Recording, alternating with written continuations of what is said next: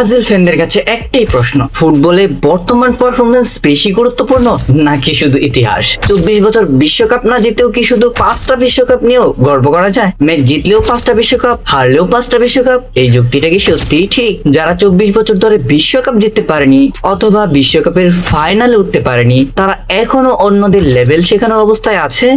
Brazil ফ্যানদের একটা জিনিস খুব ভালো লাগে, বর্তমান পারফরমেন্স নিয়ে কথা কম, পুরনো ইতিহাস নিয়ে কথা বেশি বলে। কোনো ফুটবল আলোচনা শুরু হতেই বলবে আমাদের 5টা বিশ্বকাপ আছে। তোমরা তো লেভেলেই নাই। যারা কিনা গত 24 বছর ধরে বিশ্বকাপ জিততে পারেনি তারা আবার 5 বিশ্বকাপ আর লেভেল করে। ভাই ঠিক আছে, কিন্তু বর্তমানের পারফরমেন্সের খবরও একটু রাখেন।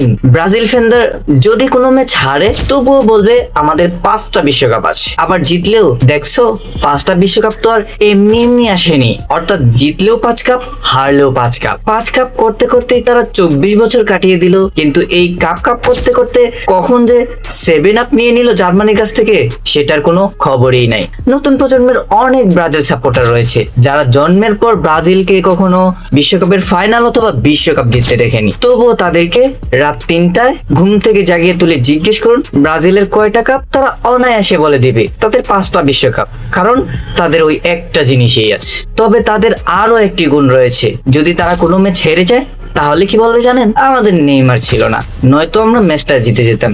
আবার যদি সেই ম্যাচটা নেইমারকে ছাড়াই জিতে যায় তাহলে কি বলবে জানেন?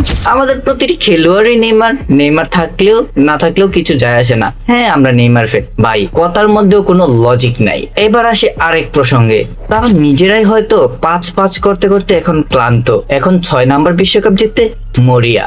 কিন্তু সেটাকে তারা আদর করে কি নাম দিয়েছে জানেন? মিশন হেক্সা। যেটা তারা গত 24 বছর ধরে দেখে আসছে ঠিকই, কিন্তু মিশন হেক্সা আর সফল হচ্ছে না।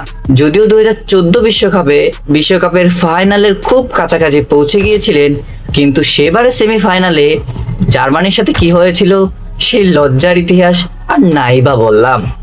সেই দল নিয়ে আবার আর্জেন্টিনার সাথে কাপ করতে আসে, যারা কিনা গত 12 বছরে কোপা আমেরিকা থেকে শুরু করে বিশ্বকাপের 2টি ফাইনাল এবং একটিতে রানার আপ ও একটিতে চ্যাম্পিয়ন হয়েছে, তাদের সাথে লেভেল দেখাতে আসে। মানে বুঝি না। তবে একটা বিষয় পরিষ্কার, ব্রাজিল ফুটবল ইতিহাসের অন্যতম সফল দল, এটা অস্বীকার করার কোনো উপায় নেই। কিন্তু শুধুমাত্র অতীতের অর্জন নিয়ে সারাক্ষণ লাফালাফি করলে তো ট্রলের শিকার হতেই হবে। যাই হোক, ট্রলের জায়গায় দিন শেষে আমরা সবাই ভাই। ভিনদেশি ফুটবল নিয়ে এত মাতামাতি, এত তর্কের কোনো প্রয়োজন নেই। কি ব্রাজিল ফ্যানরা রাগ করলেন? রাগ কইরেন না, দুঃখিত।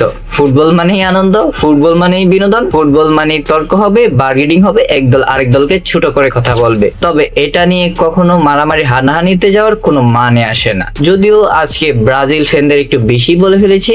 সবাইকে ধন্যবাদ।